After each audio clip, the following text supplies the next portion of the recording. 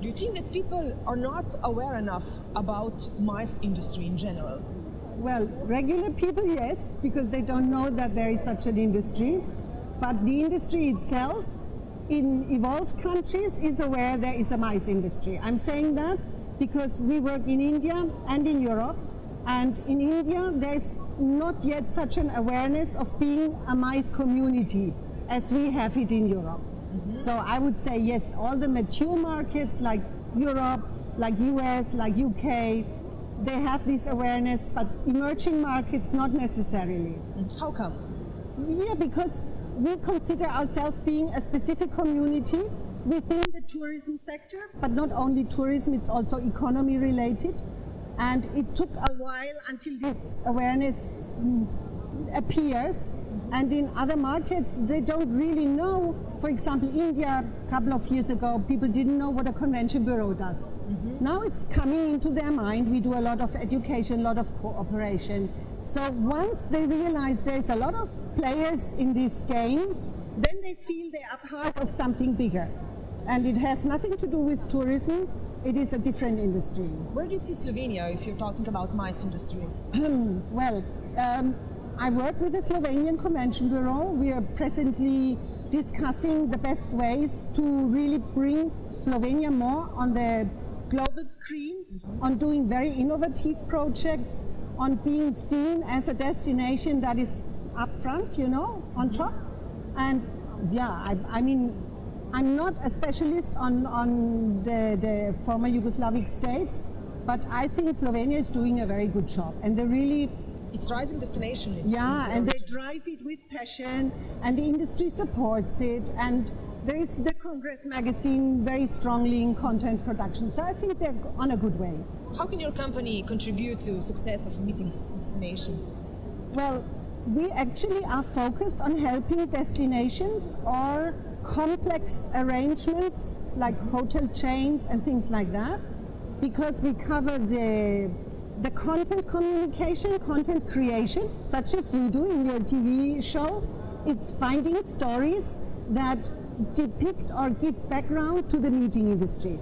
And the meeting industry being a more business-driven, economy-driven thing, it doesn't really necessarily create interesting stories. It's more like factual things. So if you find stories like interesting case studies, interviews as you do, explaining it in a little bit of a different context, it's very inspiring for many people.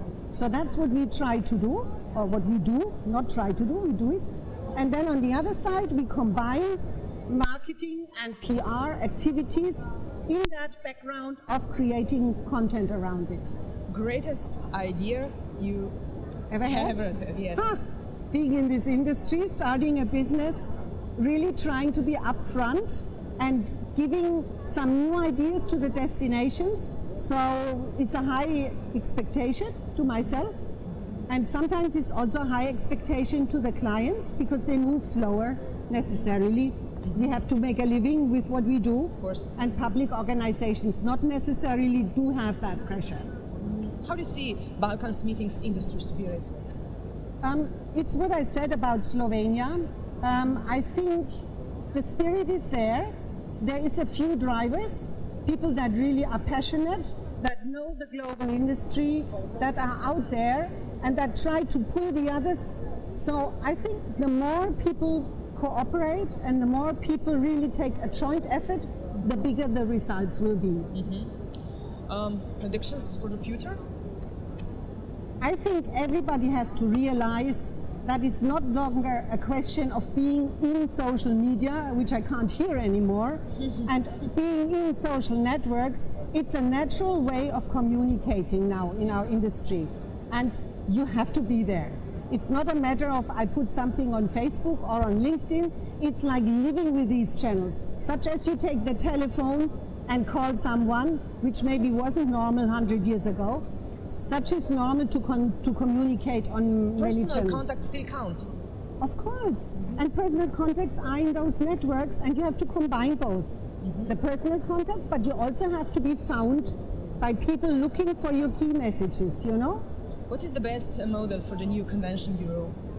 The best model, in my eyes, is a combination of virtual and thinking big, having an embracing kind of attitude, not closing and look just in your borders, but really open up, see the borders opening, try to pull in as many partners as possible, and find models that really give benefit to everyone, not only to the convention bureau or to the destination, but especially to the planners.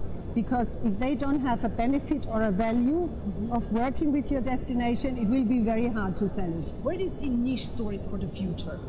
Niche stories. Small boutique stories. I think that wellness and health is going to be a niche topic for the moment, and it's going to be a big topic because corporates in countries like Germany are having huge problems with health of their employees. So they have to add health elements into travel, into meetings. And the population is getting older. Exactly, population is getting older. They want them to be fit, to be productive. So health and wellness, in a way, it's more health. Then, of course, the sustainable issue, not only having like a few green policies, but really thinking of it in a holistic way. That, the health, then really taking people very serious, considering their mindset, trying to understand what they are up to, and of course the ways of communication. This needs to be followed and developed. We would like to cordially invite you to Conventa, the European trade show for meetings, events and incentives, which will be held on the 21st and 22nd of January in Ljubljana. For more information, please click the link below.